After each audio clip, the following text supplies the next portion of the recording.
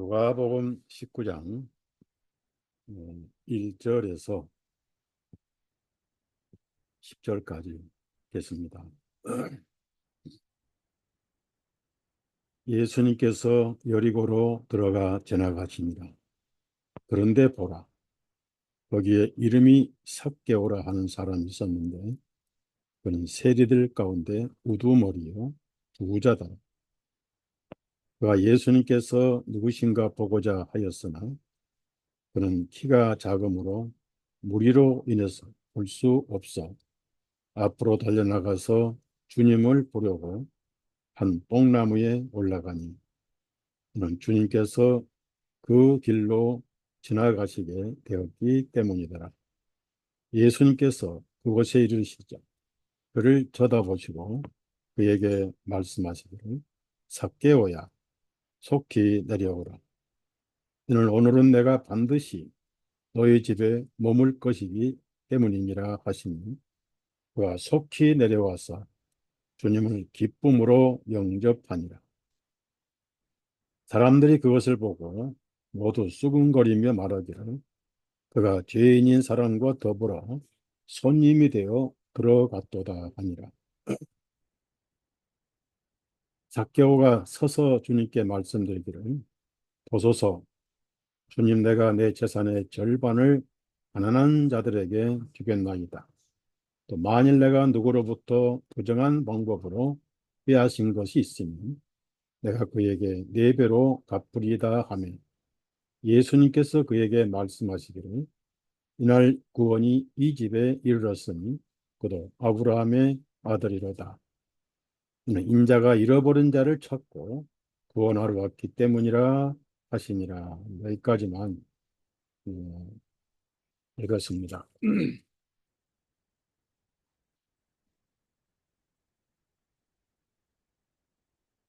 에, 이미 2025년 새로운 팬데믹은 준비가 끝났고 그보다 미국은 11월 6일 대통령 선거 전에 전쟁을 일으키고 계엄령을 선포할 계획을 세우고 있습니다. 그래서 우크라이나를 통해서 러시아를 계속 자극하고 있고 러시아가 인내심이 한계에 이르도록 계속해서 전쟁을 부추기고 있습니다. 전쟁이 났을 때 대한민국도 안전하지 못할 것이고 지금 코로나 여파로 대한민국 경제가 땅바닥에 가라앉았습니다. 물가는 비싸고 모든 상가는 공실이 넘쳐나고 지방 도시는 거의 폐허가 돼가는 상황입니다. 금융공황이 폭풍이 불 가능성이 있습니다. 이럴 때 그리스도인들이 가장 피해자가 되고 신앙심을 시험하는 정말 거듭나지 아니하면은 예수님을 잊어버리는 그런 상황이 지금 시시각각 다가오고 있습니다. 그래서 그 상황에 해시계를 제가 늘 체크를 해서 여러분에게 알려드릴 거고 또 대비책도 말씀을 해드릴 겁니다. 중요한 것은 아무리 육신적으로 대비를 하였다 할지라도 우리 인생은 한 번은 세상을 떠나야 합니다. 날 때가 있으면 죽을 때가 있고 창조하신 하나님의 형상의 아담에게 너는 흑인이 흑으로 돌아갈지어다. 히브리서 10장 27절에 한 번 죽는 것은 사람에게 정해진 것이요. 다윗 왕이 세상 떠날 때 나도 모든 인생이 가는 길로 가노라. 여호수아도 모든 사람이 가는 사망의 길로 나도 간다. 시편 90편 10절인가요? 우리의 연수가 70이요. 강건하면 80이라도 그 연수의 자랑은 수고와 슬픔뿐이고 바람처럼 신속히 날아가는 것이다. 사람이 80년, 90년 살아도 사람으로서 행세를 하고 살 수 있는 시기는 20대에서 60대 정도밖에 안 됩니다. 한 40년 살다가 하는 것. 젖먹이로 태어나서 사람이 되기 위해서 배우고 자라고 하는데 철이 들려면 20년이 걸립니다. 사람답게 세상에서 행세를 하고 살아가다 보면은 가정을 꾸미고 애들을 낳고 기르고 교육하고 하는데 20년간 사람답게 행세하고 다니면서 사회생활의 한 몫을 담당하는 건 또 20년. 60이 넘으면은 남에게 의지하게 되고 70이 넘으면은 경로 대상이 돼서 국가의 연금이나 타먹고 80이 되면 어느 요양원에 들어갈까? 요양원 서성거리고 들어가면 못 나오고 시신이 되어 전염병이 걸리면은 면회도 차단되고 임종을 해도 장례식도 치를 수 없는 이 비참한 세상이 우리가 사는 세상입니다. 정확하게 말씀드리면 사람의 행세를 하고 살다 가는 기간이 약 40년밖에 안 된다. 어릴 때는 몰라서 구원을 받지 못하고 나이 들어서는 귀가 먹어서 구원을 받지 못하고 아는 것이 너무 많아서 믿어지지 아니요. 그래서 육신은 잘 먹고 잘 사다 가지만 영혼은 예수님 없이 세상을 떠나서 뜨거운 유황불에서 영혼을 보내는 것이 많은 사람들의 현실적입니다. 복음을 못 들었으면 세상에 태어나지 말았어요. 예수님은 가룟유다에게 차라리 태어나지 아니하였으면 좋을 뻔하였다. 성경에 의하면 모든 사람에게 한 번쯤은 구원의 기회를 주십니다. 비행기를 타고 어두운 서울 상공의 인천공항을 내릴 때 가장 십자가 네온사인이 반짝이는 것이 대한민국 서울 수도권입니다. 십자가 네온사인만 봐도 기독교를 생각하게 되고 예수님을 생각하게 됩니다. 예수님을 믿지 않는 사람도 소설을 쓸 때 누가 대신 고통을 당할 때는 희생양이라는 단어를 사용합니다. 인류는 희생양이 뭔지 다 알아요. 누군가를 대신해서 죄 없이 생명을 잃어버리는 어린 양. 그렇지만 아는 것과 믿는 것은 완전히 다르죠. 믿는다는 것은 자기를 부인하고 버리고 지식과 이성과 논리를 쓰레기 취급해야 되고 더 심하게는 바울 사도의 고상한 지식, 613가지 율법을 암송하고 지켜왔던 의문의 율법으로는 흠이 없었던 바울 사도. 이것을 배설물로 여겼다. 실로 자신의 의지, 자유의지, 이성 지식까지 배설물로 여기지 아니하면 예수님을 믿는다는 것은 그림에 불과하고 상상에 불과합니다. 어린아이가 되어야 된다. 단순하게 돌아가야 된다. 것이 성경의 가르침입니다.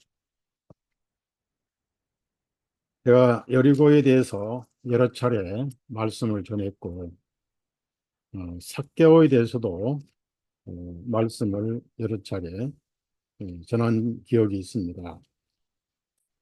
에, 저는 이스라엘을 5번 여행을 했습니다. 어, 영적인 것에 많은 투자를 했다는 얘기죠. 맨 처음 이스라엘 방문할 때 염창동에서 개척교회를 할 때입니다. 아이는 어리고 결혼한 지 얼마 되지도 않고 예배당 세를 얻어서 생활이 안 되니까 가족은 어, 어린이집을 해서 부모든 돈을 벌어가지고 생활에 보탬이 되고 직장을 제가 다니고 밤에는 신학교를 다니면서 공부를 한 적이 있습니다. 내가 성경을 알려면은 이스라엘을 가야 되겠다. 돈이 없어가지고 미국에서 알바를 했어요. 뉴욕에서 자취하면서 카우보이 모자를 찍어내는 공장에서 시간당 2불 50을 받고 6개월간 모았더니 현찰로 2,000불 정도 됐습니다. 그거를 이제 몸을 비행기에 싣고 고향 가는 유대인들과 함께 이스라엘에 첫 발을 내딛었습니다. 여비가 모자라서 먹을 것이 없어가지고 속이 텅 빈 수세미 같은 빵을 사서 먹다 보니 영양실종이 되고 머리가 어지러워서 팔레스틴 사람들이 파는 통닭을 다리를 좀 사다가 먹었더니 금방 회복되는 그런 체험도 있었고 또 한 두세 번쯤에는 로마의 공항이 파업한 것 때문에 한국 돌아오는 비행기를 타지 못해가지고 카톨릭 신부들이 합숙하는 곳에 일주일간 잘 대접받고 잘 먹고 신부가 20불을 주어서 공항 가서 무사히 비행기 타고 한국에 돌아온 그런 애환도 있었고요. 이스라엘 가서 이제 이 여리고를 방문하고 여리고를 통해서 사해바다를 다녀오면서 소돔 고모라라든지 이런 성경을 공부를 많이 하게 됐고 또 한 번은 목사님들과 같이 우리 이희동 목사님 여기 오셨는데 같이 이스라엘을 방문한 적도 있었습니다. 그런데 그 같이 간 분 가운데 목회자가 아닌 분들이 좀 몇 분 있었어요. 그래서 이제 여비가 모자라서 점심 사 먹을 돈이 없어가지고 얼마나 고통을 당했는지. 그래서 아침에 호텔에서 호텔 아침 조식은 그냥 주기 때문에 이 빵을 주잖아요. 그래서 이 호주머니에 잠바 호주머니에 아침에 조식하고 빵을 몇 개씩 호주머니에 감춰라 해서 그 빵으로 정심을 때우는 그런 참 일화도 있었습니다. 여리고는 제가 지난번에 여리고 말씀 누가복음 10장에 대해서 말씀을 드렸는데 불행히도 녹화가 되질 않았어요. 그래서 어, 유튜브에 올리지 못하고 또 홈페이지에 올리지도 못했습니다. 그 내용을 좀 깊이 얘기를 했는데 율법사가 예수님을 시험하러 왔지요. 근데 율법사는 시험하면서도 자기 속의 영적인 상태를 고백을 하지요. 사람들이 음, 잠재의식 속에 있는 것을 표정으로 또 말로 드러내게 됩니다. 그는 스스로 영생이 없다는 사실을 고백을 했어요. 그러니까 무엇을 하여야 영생을 얻으리까? 무엇을 해서도 영생을 얻을 수 없다는 것을 자신도 잘 알죠. 왜냐하면 율법사이기 때문에. 그래서 율법사가 되려면은 첫째 위선자가 돼야 돼요. 왜냐하면은 율법은 아무도 지킬 수가 없기 때문에. 그러면서 예수님을 걸고 넘어지려고 그래서 이러이러한 율법을 지켰느냐? 그건 어릴 때부터 다 지켰습니다. 그럼 네가 온전하게 되고자 한 모양인데 너 재산이 많은데 그걸 다 팔아서 내 이웃을 내 몸처럼 사랑하고 두 부자가 있었죠. 하나는 따라오라 하셨고 내 이웃을 내 몸처럼 사랑하라. 율법의 강령이라 하셨죠. 그러니까 그러면 내 이웃이 누굽니까? 물었어. 아직까지 이웃에 대한 정의도 정리가 안 된 사람이었습니다. 그런 사람이 율법사니까 이스라엘 율법 종교가 얼마나 개그맨들인지 한눈에 파악할 수 있잖아요. 그래서 예수님은 그 유명한 선한 사마리아인의 예화를 말씀을 드린 겁니다. 실제는 아니고 예화죠. 그 예화 속에 진리가 들어있고 비유가 들어있고 또 복음이 들어있잖아요. 여리고는 어떤 곳이냐 하면은 이스라엘 사람들이 가장 싫어하는 곳 중에 하나가 여리고입니다. 제가 여리고를 한 몇 번 방문해 봤는데 정통 유대인들은 거의 살지 않습니다. 이 사마리아인들이 많이 살아요. 왜냐하면 요르단 주변의 꼭대기까지 그러니까 요르단에서 이제 그 여리고에서 요르단 줄기를 쭉 올라가면서 이제 갈릴리 호수까지는 거의 사마리아인들이 살고 있습니다. 이 갈릴리는 호수 지역이라서 티베리우스 도시 주변에 유대인들이 농장을 많이 하고 있는데 그 예루살렘 주변이 유대 땅이잖아. 유대 땅에서 이제 갈릴리로 가려면은 사마리아를 꼭 거쳐 올라가야 됩니다.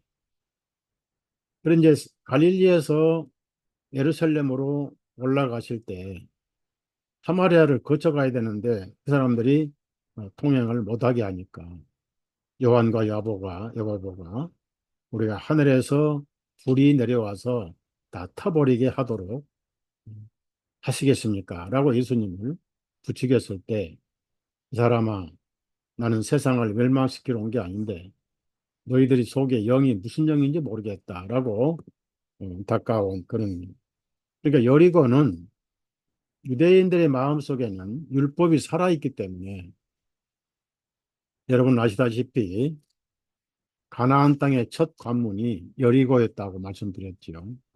여호수아가 여리고를 법궤를 메고 7번을 돌았고 마지막 7번을 백성들이 함성을 지를 때 난공불락의 여리고성이 와르르 무너져 버렸습니다. 유일하게 성탑 꼭대기에 집을 짓고 술을 팔고 몸을 팔았던 라합의 집은 약속대로 붉은 스칼렛 물로 물들인 붉은 밧줄을 걸어놓고 하나님께서 이집트의 문설 위에 피를 보시고 넘어가듯이 그 집은 보호를 해 주셨고 나중에 여호수아가 와서 친구들, 친척들, 부모들, 가족들 전체를 다 구원받게 해서 나중에는 마태복음 3장의 1장에 예수님의 족보에 오를 정도로 위대한 자매가 됐다는 것은 잘 알고 있죠. 그 여리고성은 저주를 받은 성의 대명사입니다. 그러니까 여리고 하면은 저주받은 도시 이렇게 생각을 하시면 됩니다. 이 저주는 왜 받습니까? 죄가 반영했다는 얘기입니다. 자신도 죄 속에 살고 있는 라합이 뭐라고 그랬지요? 우리는 이집트에서 당신들을 구원하신, 인도하신 하나님의 소문을 들었습니다. 이 여리고성은 반드시 망할 것입니다. 망할 때 내가 당신들을 감춰줬고 살려줬으니 당신들도 나를 살려주시라. 그래서 창문으로 달아내린 붉은 줄을 매 달았습니다. 그 붉은색은 스칼렛이라고 하는 벌레를 짓이겨서 한번 물들이면 진한 피색으로 변해지고 그 색깔은 변하지 않습니다. 시편 22편의 예수님은 스칼렛처럼 짓이겨졌다. 물같이 쏟아졌습니다. 예수님의 고난을 예언했던 겁니다. 그 뼈는 상하지 아니하며 옷이 제육받았고 손과 발을 찔렀나이다. 정확하게 그 예언이 성경대로 이루어졌고 그 붉은 줄을 보고 하나님께서 심판을 통과하시고 여리고성이 와르르 무너진데 그것만 무너지지 않게 해주셨어요. 여러분 마음속에 예수님 바로 붉은 줄이고 스칼렛 진이겨 붉은 피를 뿌린 그림자고 실체이십니다. 그래서 여리고는 저주의 도시죠. 사람들이 여리고를 잘 가지 않는데 예수님 비유에 율법사의 질문과 그 의도가 책 잡으려고 하는 걸 아시기 때문에 예수님은 지금 대화 상대가 율법사입니다. 예수님의 중심의 핵심은 선한 사마리아인이 아니에요. 그건 가상의 인물이에요. 물론 예수님 자신을 의미하지만은 그 율법사가 사실상 믿고 있는 율법은 스스로 여리고로 내려가는 삶입니다. 율법에 목숨을 맡기면 얻은 것은 저주밖에 없잖아. 율법으로 죄를 깨닫잖아. 죄인은 사망이죠. 둘째 사망은 수천도가 끓는 유황불이잖아.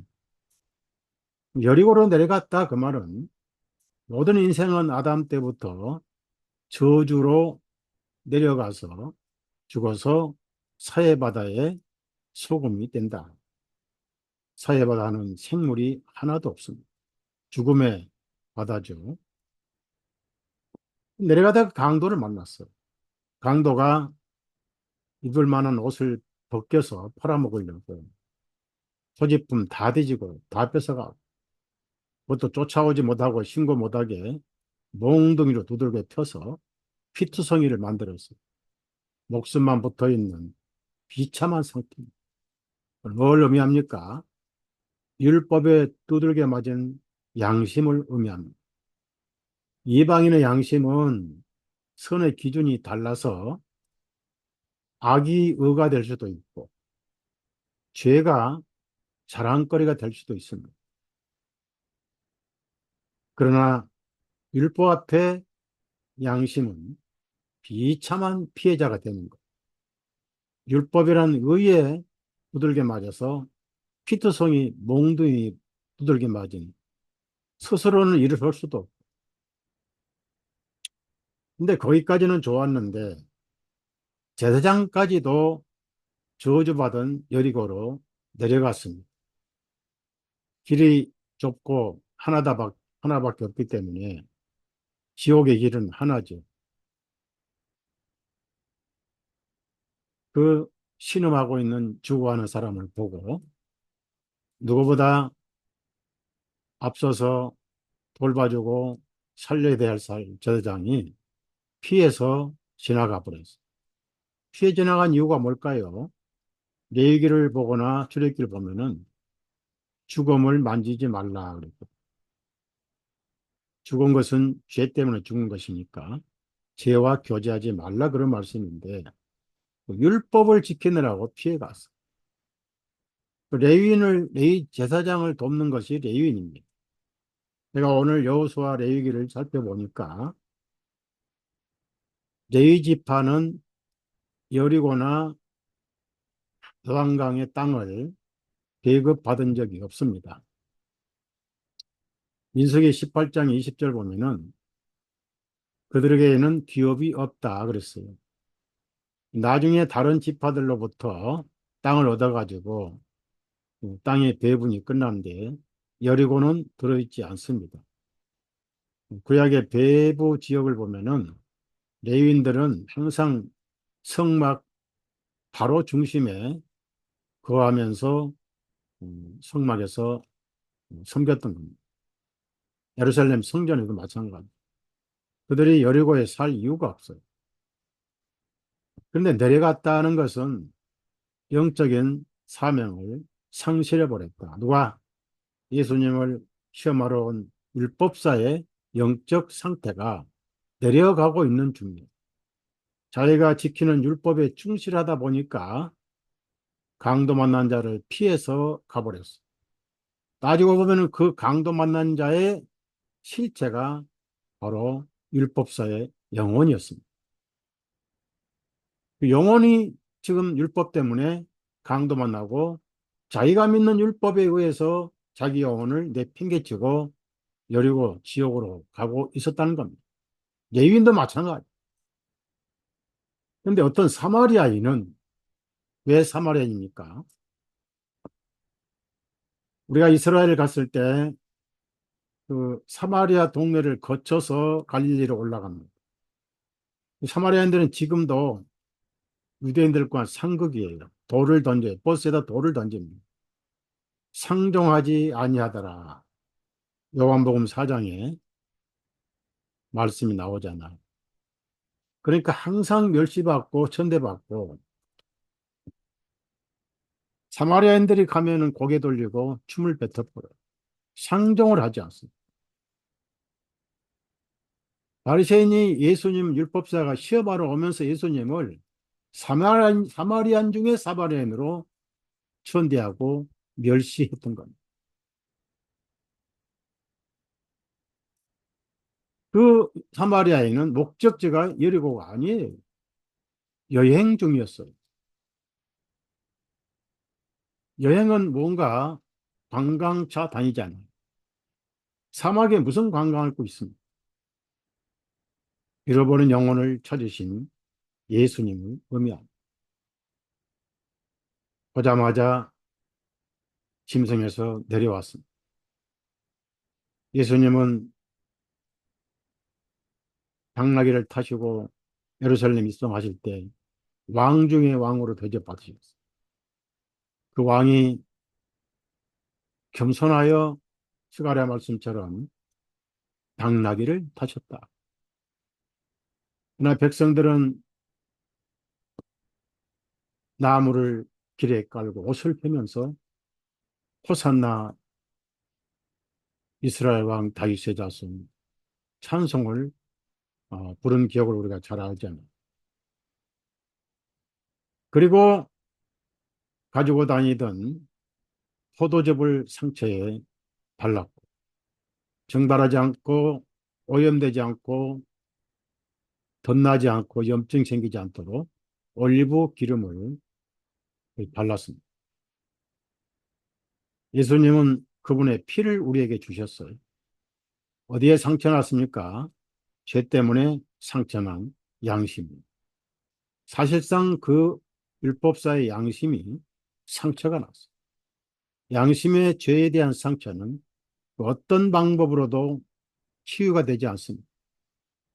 예수님의 피밖에 없습니다. 그리고 그걸 보증하기 위해서 영원히 책임지시는 성령님의 기름을 부어주셨어요. 성령님으로 인치시고 보증해 주셨습니다. 성령님이 계시네 찬송 안 불러도 성령님이 계셔요. 성령님에 의해서 믿어지게 된 겁니다. 그리고 주막에 데리고 와서 돌봐주고 다음날 또 다른 잃어버린 영혼을 찾기 위해서 여행을 떠나면서 데나리온 돌까지 주고 복음을 전할 수 있고 교회가 성장할 수 있도록 말씀과 성령님을 주시고 내가 돌아올 때 부비가 더 들면 갚아주리라. 그것은 그리스도인들의 보상을 의미합니다. 누가 강도 맞는 자고 누가 잃어버린 자입니까? 율법을 지키다가 지옥 가는 율법사를 두고 하신 말씀. 많은 그리스도인들이 예수님을 믿지 않고 기독교 종교를 믿고 있습니다. 여러분, 죄 때문에 지옥 가는 것도 중요하지만 교리 때문에 지옥 간 사람들이 더 많습니다. 그걸 예수님은 넓은 길이다. 사람들이 많이 찾아가는 곳이다. 단순하게 예수님을 믿어서 구원받는 길은 좁은 길이다. 협착하고 그 길뿐 아니라 좁은 문으로 들어가라 이렇게 말씀하셨어요. 좁은 문은 뭡니까? 힘들게 뛰어나가는 그런 문이 아니고 내가 죽어서 문을 통과하는 예수님 안에서 산 사람이 되는 구원의 문을 열는 그리스도와 함께 골고다에서 죽어 장례를 치렀고 내가 이제 사는 삶은 그리스도 안에서 산다는 갈라디아 2장 바울사도의 간증이 저와 여러분의 간증인 것입니다. 교리 때문에 지옥 간 사람이 많다는 얘기예요. 그래서 아이가 돼서 단순하게 믿어야 된다 하는 얘기. 그러면 그 여리고를 예수님이 찾아가셨다는 얘기는 무엇을 의미합니까? 제가 신약 성경을 40년간 읽고 구약도 40년간 공부를 해봤지만은 예수님이 여리고를 방문하신 것은 딱 한 번입니다. 2번 이상 방문한 기록이 성경에 나오지 않습니다. 왜 그럴까요? 여리고는 저주받은 세상의 완벽한 모형이고 상징이에요. 이 세상은 저주를 받았어요. 세상을 사랑하는 자는 하나님과 원수가 된다. 요한일서 2장에는 육신의 정욕, 안목의 정욕, 이생의 자랑 다 세상에서 나온 것이다.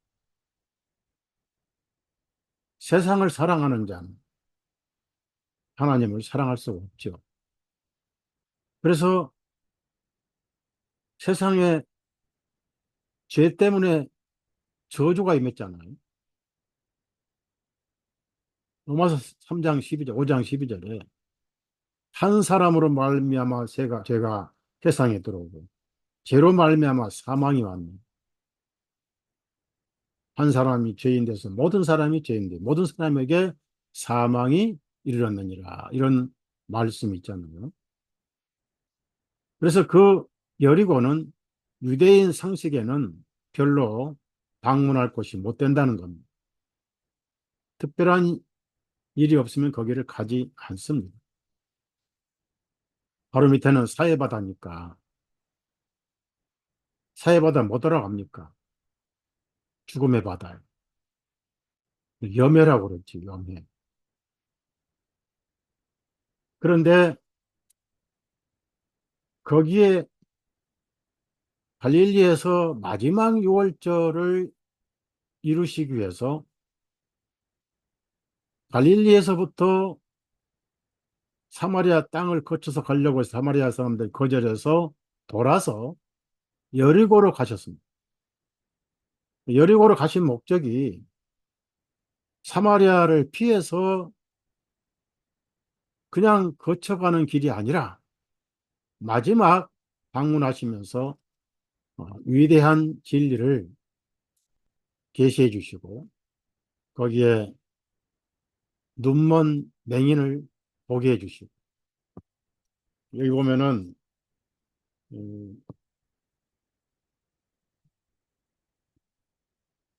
18장 35절에 누가복음 18장 35절에 그 일 후에 주님께서 여리고에 가까이 오셨을 때 어떤 맹인이 길가에 앉아서 구걸하다가 무리가 지나가는 것을 듣고 이것이 무엇인지 물으니라. 사람들이 그 맹인에게 말하기를 나사렛 예수님께서 지나가신다 하므로 소리질러 말씀드리기를 당신 다윗의 아들 예수님이시여 저에게 긍휼을 베푸소서 하니 앞서가던 사람들이 그를 꾸짖어 잠잠하라고 하였으나 그가 더욱더 소리질러 말하기를 다윗의 아들 당신이여 저를 불쌍히 여기소서하며 예수님께서 멈추시고 그를 자기에게 데려오라 명령하시니 그 가까이 오면 그분께서 그에게 물어 말씀하시기를 너는 내가 네게 무엇을 하여 주기를 원하느냐 하시니 그가 말씀드리기를 주님 내가 시력을 받기를 원하나이다 하며 예수님께서 그에게 말씀하시기를 내 시력을 받으라 네 믿음이 너를 구원하였느니라 하시니 이 사람은 구걸하고 거지로 살아가다가 예수님이 지나가신다는 소식을 들었습니다.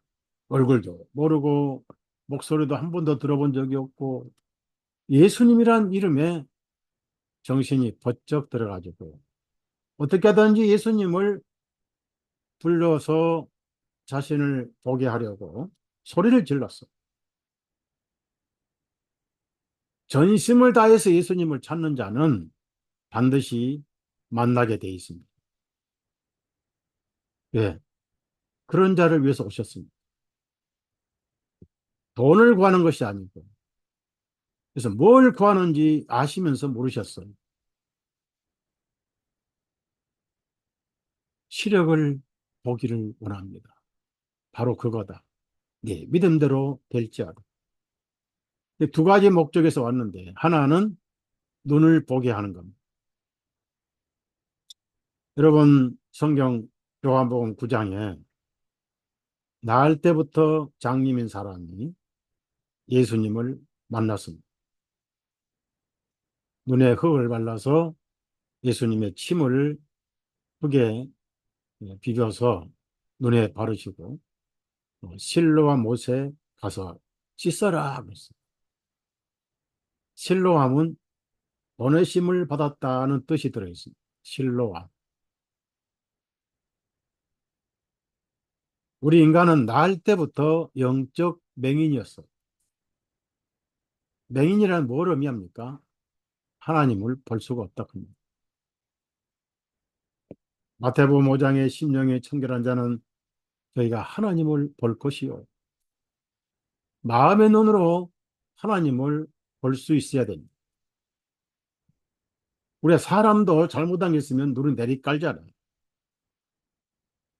당당하게 하나님을 보고 아바, 아버지라 볼 수 있는 것이 영적인 눈을 뜬 그리스도인들의 눈인 것입니다. 양심이 깨끗해졌다 하는 뜻이에요. 씻고 보고 왔어요. 사람들이 난리가 났어요. 그 부모도 알면서 출교당할까 봐서 모른 척 했습니다. 나중에 성전에서 만났습니다. 예수님을 자주 만날 수 있는 곳은 성전입니다. 모임에 게을르지 마십시오. 모임을 통해서 예수님의 모습을 더 확실하게 볼 수가 있는 것입니다. 그분이 누굽니까? 지금 말하고 있는 내가 그이니라. 제가 믿나이다. 엎드려 견디는.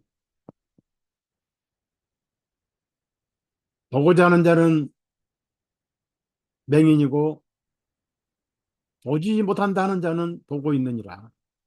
유명한 말씀 하셨잖아요. 그래서 마지막 여리고를 통과하시면서 단지 삭개오를 구원하기 위한 목적만은 아닙니다. 물론 삭개오 속에는 엄청난 주님의 뜻이 암시되어 있어요. 우선 저와 여러분도 거듭날 때 삭개오가 된 다음에 거듭난 거예요. 삭개오란 뜻은 순수하다는 뜻입니다. 사심이 없다. 무화과 나무 아래에 있었던 사람도 순수하다. 사심이 없다. 다른 의도가 없었다. 그런 뜻이잖아요. 삭개오. 그런데 그는 우선 육체적으로 키가 작았어요. 난장이는 아니지만은 살아가는데 아주 키가 작아서 노동도 못하고 취직도 안 되고 목구멍에 포도청에 뭔가 집어넣어야 되고. 그래서 이스라엘 사람들이 가장 기피하는 직업이 셀입니다. 셀. 사람이 무엇을 잃어버리면요, 그것에 대한 애착심이 남아 있습니다. 그래서 잃어버린 것을 다시 찾아서 확보하고자 하는 보상 심리로 무언가를 끌어모으고자 하는 그런 심리가 있어요. 머리 풀어 눈물을 흘리면서 눈물병까지 가져와서 빼뜨려 주님의 발을 씻겼던 아마도 막달라 마리아. 그분의 발이 자기 죄인을 구원받게 주셨습니다. 하염없이 흐르는 눈물, 일곱 귀신을 쫓아내 주시고, 그리고 여성을 상실한 보상 심리로 로마 군인들의 박해와 천대와 모멸을 전부 감수하면서 데나리온 한 입 한 입을 모아서 세겔로 바꿔가지고 비싸고 구하기 힘든 향유를 모으기 시작했어요. 그 향유가 향유병에 조금씩 조금씩 차오를 때만큼 행복도 소망도 웃음도 희망도 늘어났던 겁니다. 가장 가난했던 사람이 통장에 1,000원, 2,000원, 10,000원, 10만 원, 100만 원이 쌓여갈 때 얼굴에 웃음이 피듯이. 그러면서도 마음속에 어느 날 예수님을 만나 구원을 받았는데 그분을 섬길 계획이 없었던 거예요. 마침 동네 바리새인 집에 들어와 계신다는 소문을 듣고 주님에 대한 사랑이 창피와 부끄러움을 다 쫓아버리고 용기가 솟아나서 자기 심장과도 같던 향유병을 가지고 눈물병을 가지고 말없이 와서 뒤로 엎드려 주님의 발을 씻으면서 고마움과 감사와 찬송, 하염없이 흐르는 눈물 머리칼로 풀어 닦고 옥합을 깨뜨려 향유를 떨어뜨리면서 끝없이 입맞춤을 계속했던 것입니다. 그 바리새인은 예수님을 얕봐가지고 무시하고 멸시해서 흔한 발짓을 물도 주지 않았습니다. 가장 기본 대접인 손발짓을 물도 주지 않은 사람. 그래서 누가 더 사랑하는 많이 탕감함을 받은 자들이죠. 여러분도 마찬가지. 내가 500데나리온어치 죄를 탕감받았다고 생각하는 사람들이 신앙생활이 확연히 달라요. 변화가 있어야 됩니다. 마음속에 변화가 없으면 그 구원은 구원 같은 발언이 됩니다. 구원 같지만 구원이 아니라는 얘기. 그래서 예수님이 6월절 희생을 당하시기로 예루살렘에 가시면서 마지막 들리신 곳이 바로 여리고였습니다. 거기서 누구를 만났습니까? 세상에서 버림받고 노동판에서도 써주지 않는 키 작은 삭개오. 하지만 마음은 순수한 사람이었습니다. 많은 사람들이 기피하고 같은 가족들끼리라도 세리를 하면은 집에서 쫓아내버립니다. 그래서 혼자서 그것도 여리고 세리장. 그러니까 저주받은 동네의 세리장은 저주의 대명사, 대표라고 할 수 있습니다. 모든 인류는 죽어서 자기 스스로 저주의 대표자가 됩니다. 지옥은 철저하게 고독한 곳이 되는 거예요. 혼자입니다. 아무도 위로자가 없어요. 가룟 유다가 예수님을 팔아먹고 내가 무지한 자를 팔았군요. 그리고 자살할 때 사탄도 위로해 주지 않습니다. 뱀은 써먹고 버립니다. 죄의 쾌락이 여러분을 써먹고 버립니다.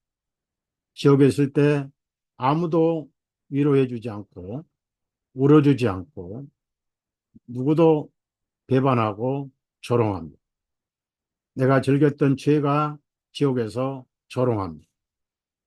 철저하게 혼자입니다. 사탄도 꼴 좋다. 잘 써먹었다. 고생 많다. 철저하게 고통당해라고 조롱합니다. 철저하게 삭개오는 혼자였습니다. 아무도 그를 찾아주지 않았어요. 단지 소문만 들었어요. 예수라는 분이 세리들과 자주 교제한다더라. 차별 없이 받아서 식사도 같이 한다더라.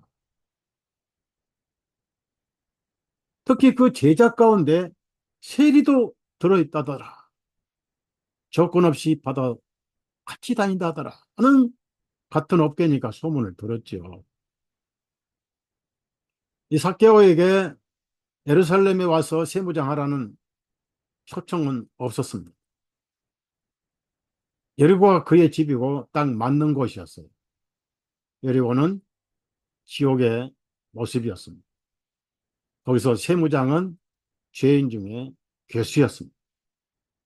어차피 잃어버린 거 부자나 되자. 사람들에게 멸시받고 천대받은 거 사기를 치든 도둑질하든 장부를 위조하든 돈이나 모으자 하다 보니까 악착까지 돈이 모아지는 거예요. 독수심으로 돈을 모았던 거예요. 악하게 모인 돈은 악하게 쓰죠. 선하게 모인 돈은 선하게 씁니다. 그러다 보니까 세리장이 되고 부자가 돼버렸어요. 그런데 외로움은 더했고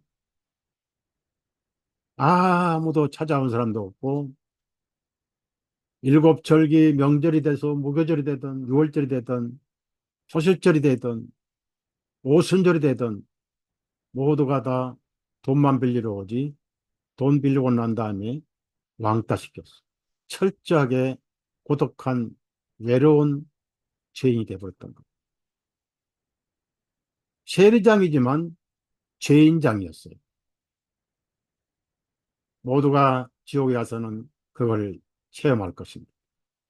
너무 고독하고 너무 외롭고 지옥에 가서는 안 됩니다. 위로자가 없어요. 지옥에는 웃음이 없습니다. 희망도 없어요. 만기 출소의 기대도 없는 것이 지옥이에요. 거기를 왜 가야 됩니까? 그냥 예수님께 잘 믿든 못 믿든 알든 모르든 예수님 붙들면 되는데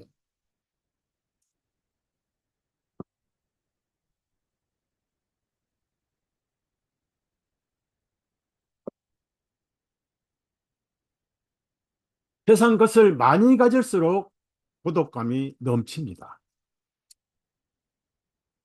요즘에 사채업자, 악덕 사채업자가 돈 10만 원 빌려주면서 일주일 만에 20만 원을 갚으라고. 그래서 방송국에서 동아일보에서 그 특별 취재반을 마련해 가지고 10만 원 사채를 빌렸는데 일주일 후에 20만 원을 갚으라. 그렇게 늘어나서 못 갚은 빚이 400만 원. 일주일 만에 20만 원 되면은 이자로 말하면 4,000%가 넘더란 일이.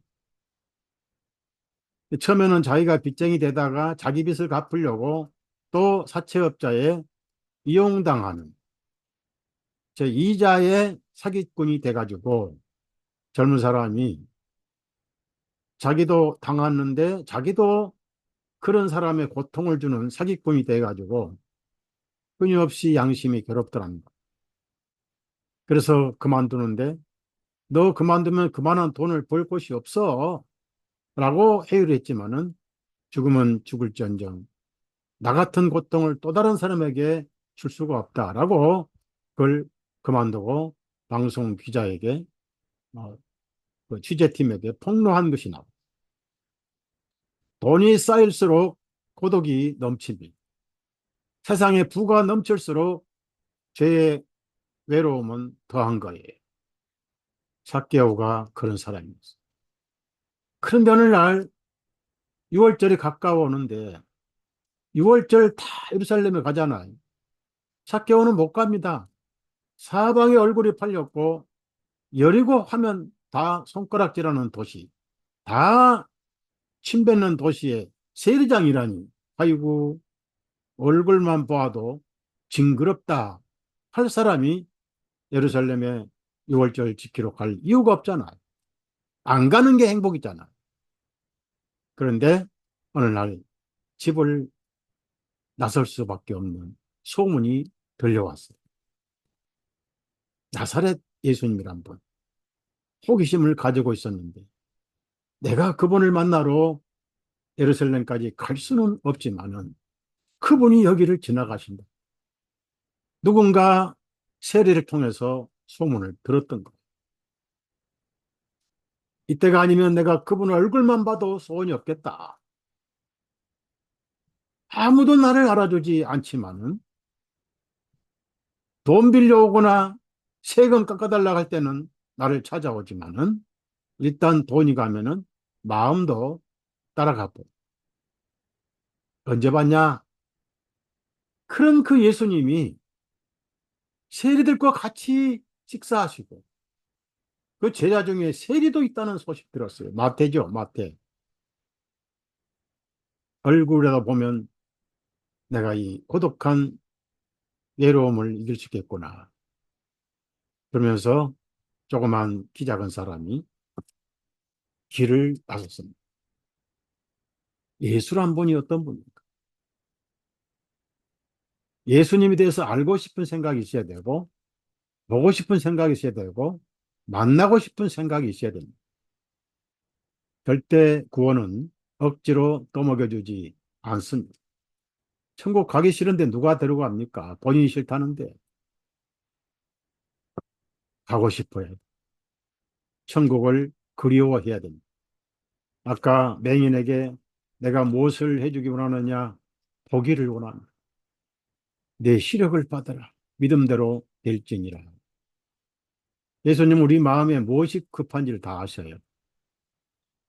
중풍병자 네 사람이 들 것에 들어서 예수님께 데리고 왔어요. 많은 사람들이 모여서 둘러싸서 들어갈 곳이 없으니까 천장에 지붕을 기와장을 뚫고 지붕에서 어, 들 것을 내려가지고 중풍병자를 보냈습니다. 근데 예수님은 중풍병자를 보셨을 때 급한 게 병고침이 아니었습니다. 그의 마음은 죄가 문제였습니다. 쓰라린 죄가 그를 괴롭혔습니다. 여러분, 죄가 심하면 중풍병자가 됩니다. 심령이 평안치 않으면 관상동맥이 막히고 뇌혈관이 막혀요. 심령의 평안은 양약이다 그랬어요. 최고의 건강은 영혼의 평안입니다.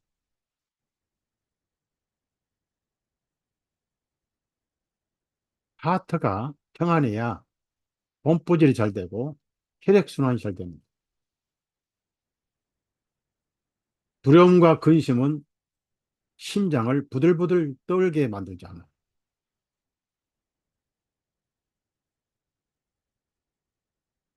뼈로 마르게 한다고 그러죠. 자면서. 그 질병이죠. 뭐가 급한지 아셨어요? 아주 죄의 두려움 때문에 괴로워. 예수님께 가까이 오다 보니까 양심의 의의 빛이 비춰오는데 못 견디겠네. 말도 못하고 다시 나를 우리 집으로 데려다 달라고 할 정도로 공포에 쌓였습니다. 빛에 가까이 오면은 어둠은 괴로워합니다. 물러가기 때문에.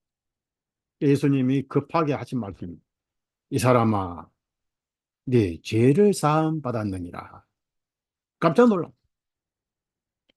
이 중풍병자는 병 안 나도 돼, 이제. 양심의 중풍이 나와버렸어요. 죄에 대한 공포와 지옥의 사망이 떠나가 버렸어요. 말을 못해서 그렇지. 아, 됐어, 이제 갑시다. 나 누워있어도 괜찮아, 갑시다. 할 정도로 영혼은 팔팔 살았습니다. 근데 그 예수님이 보너스를 주셨어요. 내 침상을 들고 걸어가라. 이런 나라 내 집으로 가라. 창조주의 말씀은 모든 것들이 순종합니다. 그대로 병까지 나와버리는 특별한 행운이 있습니다. 우리 하늘에 가면 그 형제를 만나게 될 겁니다. 무엇이 급합니까? 죄사함이 급한 것.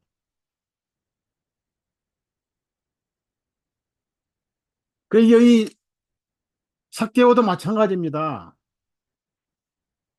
명하면은 여리고성의 세리장입니다. 세무서장입니다. 세무서장 삭개오. 실제로는 저주의 성에, 그것도 저주의 대명사인 세리장이었습니다. 이스라엘 땅에서 가장 죄인 하면은 세리장, 여리고, 저주받은 여리고, 삭개오의 세리장, 삭개오, 이렇게 온 유대 땅에 알려진 것입니다. 어떤 사람도 삭개오보다는 더 저주를 받은 자는 없다는 상식이 통하는 것입니다. 이스라엘 땅이었습니다.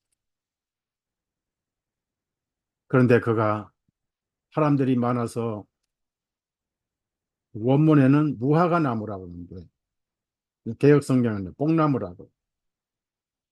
하여튼 무화과 나무든 뽕나무든 그게 중요한 게 아니고 나무에 올라가서라도 내가 그분의 얼굴만 봐도 한이 없겠다라고 나무에 올라가서 기다리고 있는데 수많은 군중들이 옥자지 지나가면서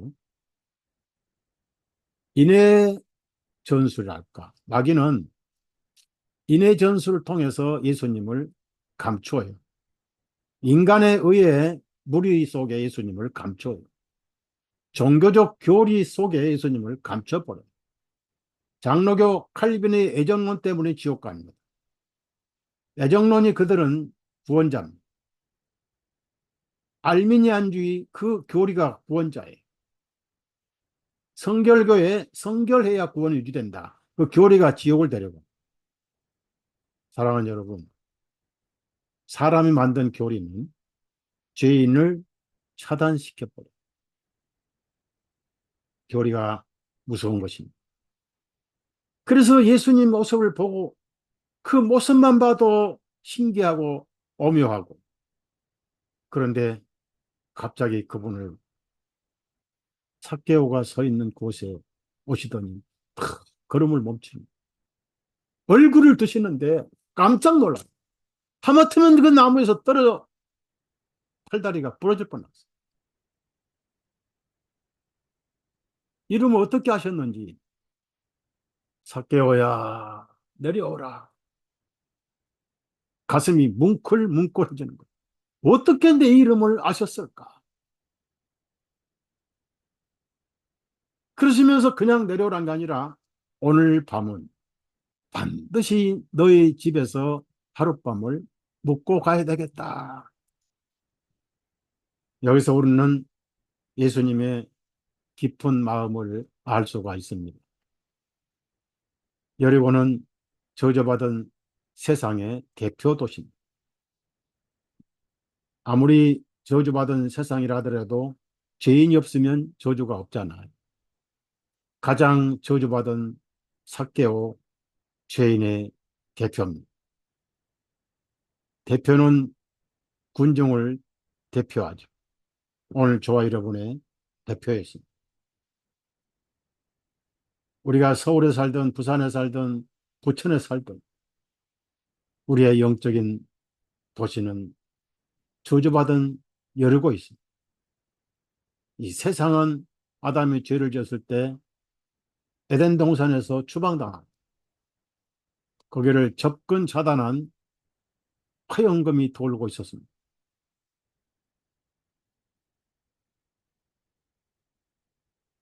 삭개오는 저와 여러분의 대표였습니다. 그런데 예수님이 여리고를 방문하신 삭개오 집에 하룻밤 주무신 것은 세상의 모든 저주를 홀로 감당하시는 밤이었습니다. 그 시간부터 예수님 하면은 세상의 모든 저주를 다 수용하셨어요. 여러분의 모든 과거, 현재, 미래의 죄값을 다 수용을 하셨어요.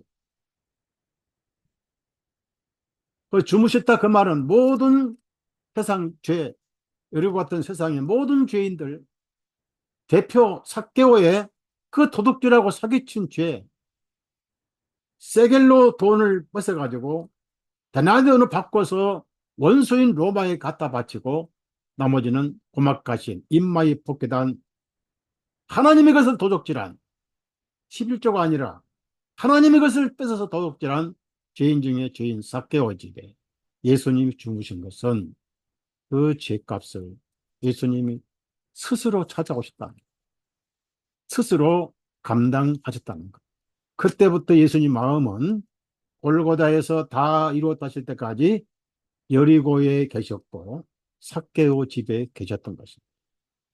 그날로 저와 여러분은 지옥에서 해방입니다. 세상에 있지만 세상이 천국으로 변해버렸어요. 하나님 나라는 여기 있다, 여기 있다 할 것이 아니다. 너희 안에 있느니라. 내 마음에 한 노래 있어. 저주와 슬픔이 노래가 돼버린 그날, 모든 세상의 저주와 공포, 두려움 예수님이 다 가져가셨다. 오늘 내가 내 집에 유하여 가겠다. 저주받은 삭개오의 모든 저주가 예수님께 넘어가 버렸어요. 구원자에게 넘어갔습니다.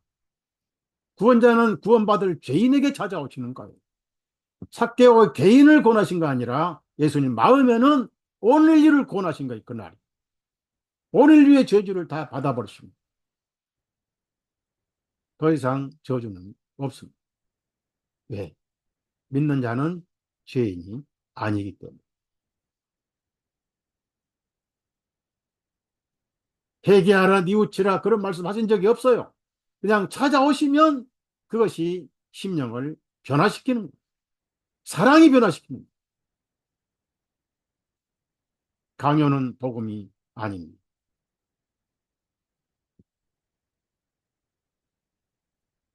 그래서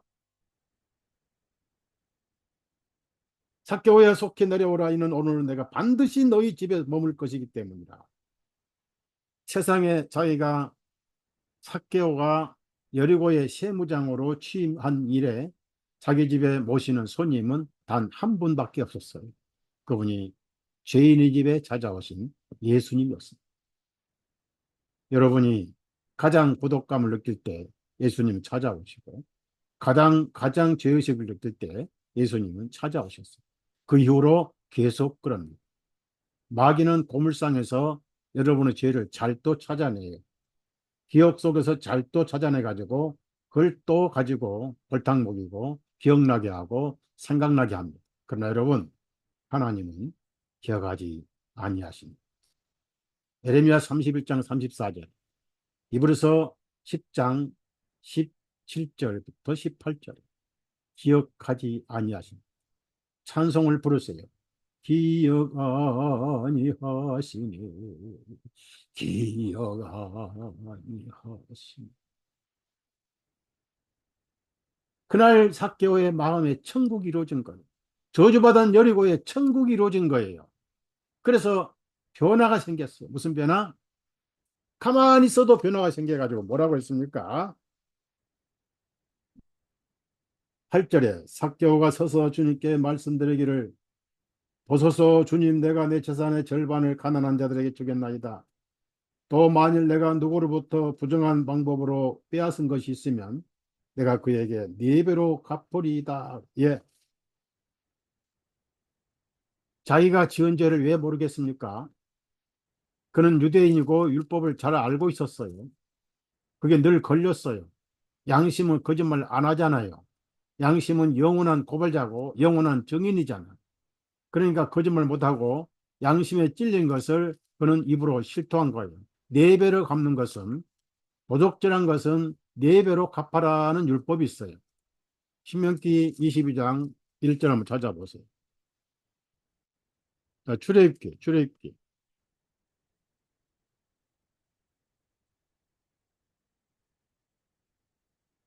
출애굽기 22장 1절입니다. 만일 어떤 사람이 소나 양을 도둑질하여 그것을 죽이거나 팔면 그 소 한 마리에 소 5마리로 갚고 어, 양 한 마리에 양 4마리로 갚을지니라. 양을 훔쳐서 죽였어. 4마리 갚아야 돼. 4배로 갚아야 돼. 완전히 망하는 거예요.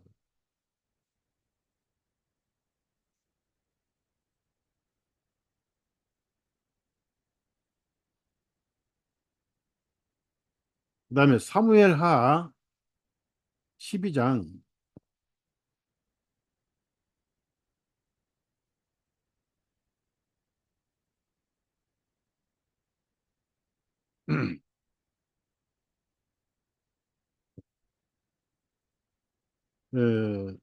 12장 6절입니다. 그가 이 일을 행하였으니 그는 그 어린 양을 4배로 갚아야 하리라. 4배로 갚아야 하리는 그가 불쌍히 여기지 아니했기 때문이라. 그러니까 부정한 방법으로 훔치거나 도둑질하면 4배를 갚아야 해. 율법입니다. 그걸 어찌 삭개오가 모르겠어요.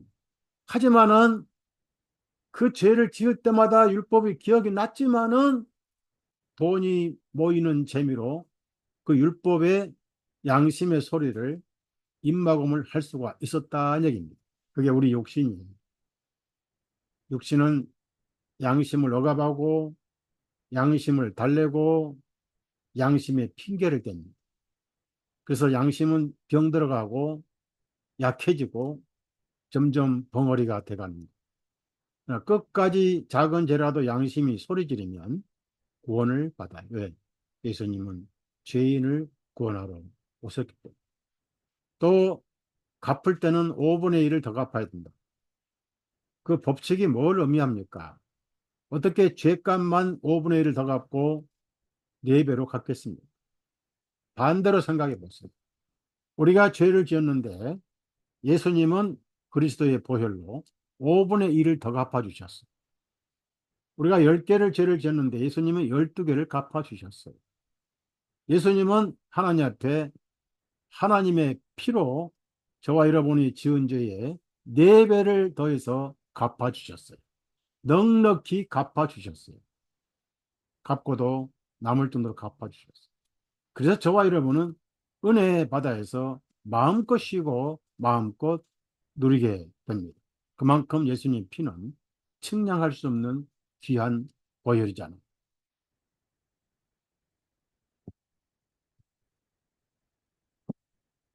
자, 다시 사도행전 19장 갑시다.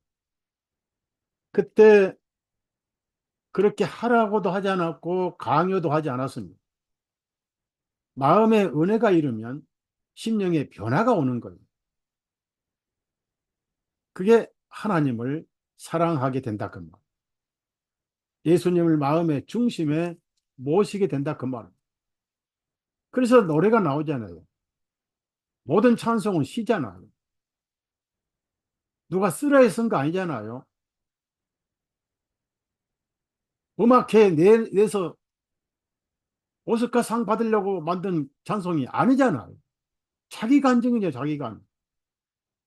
주 예수보다도 귀한 것은 없네. 그게 안 맞으면 어떻게 위장으로 찬송을 부를 수 있습니까? 내 마음에 아멘이 안 되면은 아무리 목소리 감정을 불러도 그건 임대해서 부르는 찬송인 거예요. 남의 것이라 그만. 계속해서 찬송이 나와야 돼. 아멘이 돼.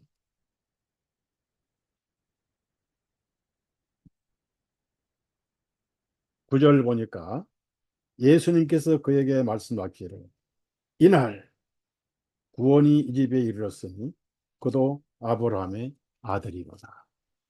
무슨 아들이죠? 믿음의 아들입니다. 혈통의 아들이 아니에요. 믿음의 아들. 이스마엘을 통한 혈통의 아들은 다 지옥 갑니다. 이삭을 통한 약속의 아들이었습니다. 비로소 세인 셀이 저주의 대표적인 여리고 저주받은 죄인의 대표인 삭개오가 믿음으로 오인된 아브라함의 아들이 된 거예요. 천국 상속자가 된 거예요. 그러면 세상의 모든 대표인 여리고가 구원받았고 천국이 됐어요. 세상 죄인의 모든 대표인 삭개오가 믿음으로 오인됐고 천국의 자녀가 됐어요. 그렇다면 오늘 저와 여러분 똑같은 예수님, 여러분 심령에 죄의식이 심할 때 말씀으로 성령님으로 찾아오셨어요. 여러분에게도 똑같이 아브라함의 아들로 예수님이 선언하셨어요. 이날 구원이 이 집에 이르렀도다. 누가 구원입니까? 예수님이 여러분의 구원입니다. 여러분은 구원의 집입니다. 예수님 이름이 구원자잖아요. 내 마음에 살아 계시네. 늘 살아 계시네. 광야의 성막은 그림자고 솔로몬 성전도 그림자고 스룹바벨 성전도 그림자고 헤롯 성전도 그림자고 진정한 성전은 여러분 심령이 예수님의 성전입니다. 죄를 담당하신 그분을 구원자로 믿는 그 영혼이 하나님의 성전입니다. 하늘은 나의 보좌고 땅은 나의 발등상인데 너희가 나를 위하여 무슨 집을 지었고 내 집은 내가 짓지. 성령님 오셔서 여러분을 성전을 삼으셨어요. 거룩한 하나님의 궁전입니다. 궁전. 영원한 집입니다. 오늘 이 집을 변화시켜서 데려갈 날이 가까이 오고 있습니다. 여러분 이것을 구원의 변화라고 합니다. 누가 변화시켰습니까? 몇 가지만 짚어봅시다. 죄인은 스스로 하나님 앞에 나아갈 수가 없습니다. 삭개오는 하나님을 보러 간 게 아니라 육신으로 오신 예수님을 보러 갔던 거예요. 그는 성전에 갈 수가 없습니다. 가다가 발이 멈춘 세리가 있었어요. 예배드리러 가던 바리새인과 세리. 바리새인은 위선으로 똘똘 뭉친 사람이니까 성전 앞에 가가지고 자기 한 것만 자랑했어요.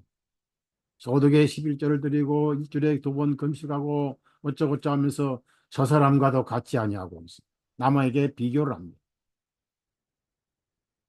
세리는 가다가 발을 멈췄어요. 의의 빛 앞에 갈수록 눈을 들 수가 없었어요. 양심이 찌르기 시작했어요. 가다가 멀리 섰습니다. 눈을 들지 못했어요. 엎드리면서 그는 서서 고백을 했습니다. 워낙 죄가 많아서 무슨 죄 들먹일 여유도 없었어요. 이 죄인을 불쌍히 여기시옵소서. 왜? 이런 죄 저런 죄 얘기 안 해도 하나님 다 아시거든. 핑계 변명 안 했어요. 이 사람이 저 사람보다 어렵다 하고 내려갔는데 삭개의 마음속에 구원자가 찾아오셨어요. 여러분에게도 성령님이 말씀이 찾아오셔서 아브라함 후손되게 하셨고 죄인의 집, 마귀 집, 지옥의 집을 천국의 집으로 바꾸어 놓으셨어요. 예수님이 계신 곳은 그 어디나 하늘나라. 천국 가만히 있어도 올라갑니까? 가려고 하지 마세요. 여러분 안에 예수님이 모시고 있습니다. 여러분이 지금 천국입니다. 이 천국 저 천국이 모여서 교제하는 것이 교회 모임. 세상에는 이제 점점 여리고의 토성도 거의 없어지고 모든 죄를 문화라는 이름으로 바꿔놨어요. 동성애 치고 이슬람은 부인을 내식 두는 개팍스러운 소동 고모란데도 문화가 되고 종교가 돼요. 트랜스젠더 유행이 일어나고 이 더러운 소동 고모라가 부끄러워서 눈을 가리울 정도로 타락한 세상.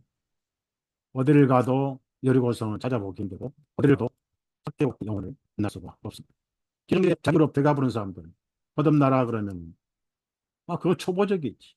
구원받아라 그러면 구원파고면 복음이 막혀가고 삭개오가 없어진 세상.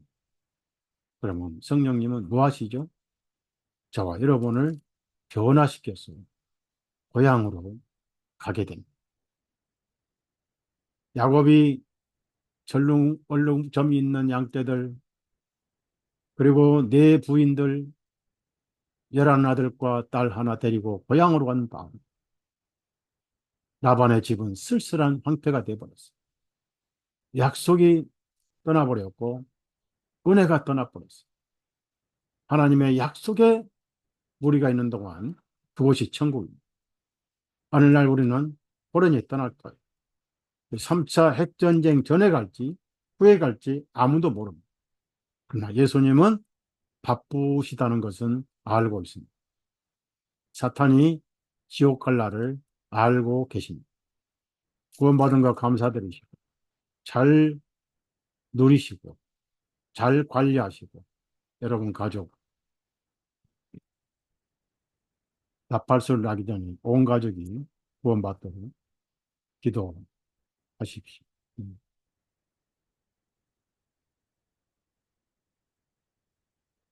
음.